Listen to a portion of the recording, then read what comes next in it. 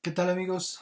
Me da mucho gusto saludarles. Mi nombre es Danilo Obando y vamos a iniciar nuestro comentario sobre la carta que escribió el apóstol Pablo a su discípulo y colaborador Timoteo. En esta ocasión estamos iniciando con el capítulo 1 y el párrafo primero. Y la escritura nos dice así: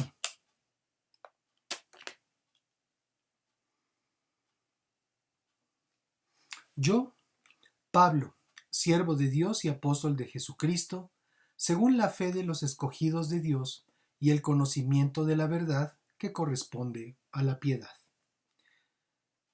Luego de escribir su primer carta a Timoteo, su discípulo amado y colaborador, Pablo dirige esta carta a Tito, a quien también consideraba su hijo en la fe. Se ubica esta misiva entre los mismos años que la primera carta a Timoteo, entre el 63 y 64 de nuestra era, aunque hay quienes se han aventurado a considerar que se hubiera escrito antes de los viajes de Pablo, por ahí del año 40 de nuestra era, lo que haría de esta carta el escrito más antiguo de Pablo y también del Nuevo Testamento. No obstante, se ubica en más estudios en los años señalados anteriormente. También en cuanto al lugar donde fue escrita hay diferentes opiniones, pero la más aceptada es que se escribió desde Macedonia una vez que Pablo fue liberado de su primer cárcel en Roma. Yo, Pablo, siervo de Dios y apóstol de Jesucristo. Con esta frase Pablo confirma la autoría de la carta, pero también lo que para él era más importante, su servidumbre al Dios vivo y verdadero. Cuando alguien nos pregunta quiénes somos, por lo general decimos Señor, Señora, nuestros títulos profesionales o nuestro oficio, y si somos jóvenes, referimos a nuestros padres o amistades. Para él, no era motivo de vergüenza presentarse como esclavo del Señor, ya que la palabra que usa, doulos, eso quiere decir, y apóstol de Jesucristo. De manera que lo más relevante para Pablo era servir a Dios y haber sido enviado por Jesucristo, un delegado o bien embajador del Evangelio de Cristo. No debemos perder de vista que el carácter de apóstol, más que un título religioso, es un honor que solo el Señor puede otorgar, dado que no nos mandamos nosotros a nosotros mismos, sino que es Dios, por su Espíritu en nosotros, quien nos envía y nombra.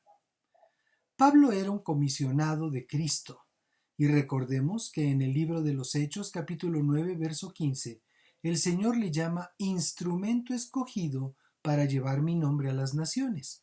Eso es una comisión.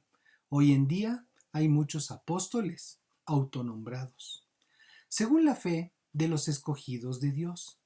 La fe de los escogidos de Dios es la fe de Dios.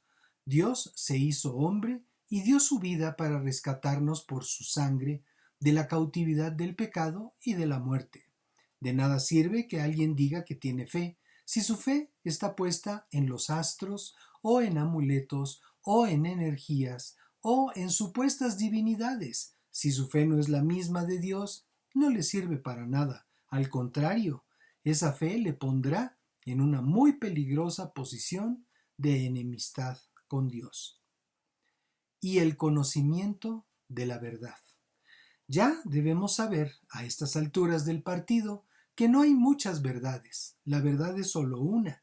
De ahí que las demás supuestas verdades son simples engaños que el diablo ha promovido para impedir que nos relacionemos de una manera íntima y personal con el único y verdadero Dios. Y más aún, que la única verdad es una persona y se llama Jesucristo. Así que quienes se precien como Pablo del conocimiento de la verdad es porque han establecido una relación de compromiso e intimidad con Dios a través de Jesucristo, que corresponde, a la piedad. Aquí el conocimiento de la verdad que es Jesucristo y que Pablo llama piedad no es ni la famosa escultura de Miguel Ángel ni una virtud religiosa. La piedad a la que se refiere Pablo es la santidad en la vida del creyente.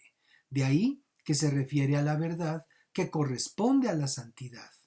Y aquí vale la pena recordar lo escrito en la carta a los Hebreos en su capítulo 12, verso 14.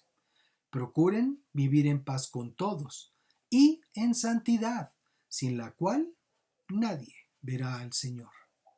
Entonces Pablo se presenta aquí como esclavo de Dios y embajador de Jesucristo, fundamentado en la fe de aquellos hombres y mujeres que Dios escogió para servirle y que correspondieron con ese llamado a la santidad y al servicio del Evangelio, y la revelación de la verdad que sólo se logra por la presencia del Espíritu Santo en la vida del que cree y que corresponde a una vida en santidad, esto es, en exclusividad para Dios.